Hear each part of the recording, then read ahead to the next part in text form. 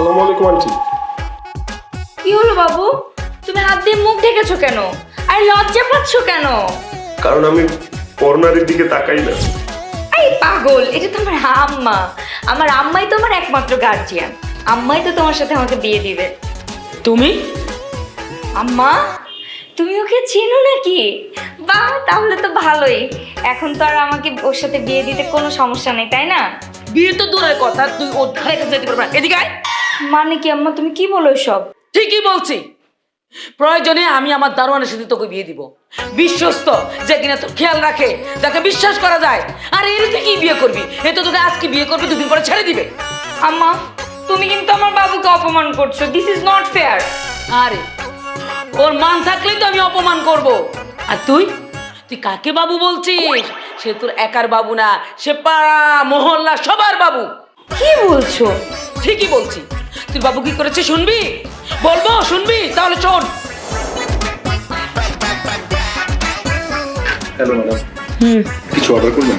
না, আমার গেস্ট আসবে, আমি পরে অর্ডার করছি।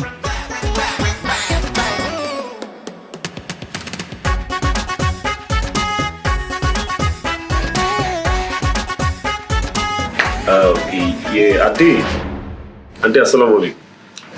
আন্টি, আপনি একটু কষ্ট করে এই সিটটা ছেড়ে ওখানে একটু বসবেন? কেন? এই টেবিল আমি ছাড়বো কেন? এটা কিন্তু রিজার্ভ করা। না না আন্টি, ঠিক তা না।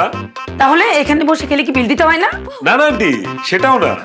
এই টেবিল তোমার বুকিং করা নাই, রিজার্ভ করা নাই, এই টেবিলে বসে খেলে তোমার বিলও দিতে হয়। তাহলে এই টেবিল ছাড়তে হবে কেন আমাকে? কেন তোমার বসতে হবে এখানে?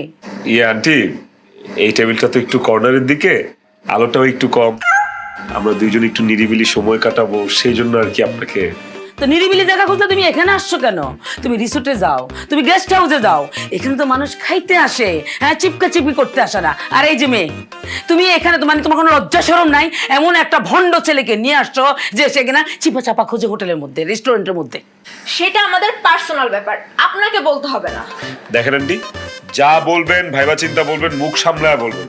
আপনাকে কত ভদ্রভাবে সুন্দর করে সম্মান দিয়ে বলছি যে সিটটা ছেড়ে অন্য সিটে যেয়ে বসেন, আর আপনি যা মুখে আসে তাই বলতেছেন। তো বলবো না কেন? তোমার যদি চিপায় চাপায় এতই বসতে ইচ্ছে করে, তাহলে বাসা থেকে খাট নিয়ে আসো, বসতেও পারবা, ঘুমাইতেও পারবা। আপনার সাথে না শুধু শুধু ভালোভাবে কথা বলতেছি, আপনার সাথে না চিৎকার চেঁচামেচি করে ঝগড়া করে কথা বলা উচিত। আপনি কেন এখানে আসছেন? হ্যাঁ, কি কারণে আসছেন? আপনি খাবার বাসায় নিয়ে যাবেন, কারো দিয়ে পাঠাবেন বা অ্যাপ ট্যাপ দিয়ে খাবার নিয়ে যাবেন, আর আপনি কর্নারের মধ্যে কেন বসেন? কারোর জন্য অপেক্ষা করতেছেন? মুখ সামলায় কথা বলবা। সবাই কি তোমার মতো চরিত্র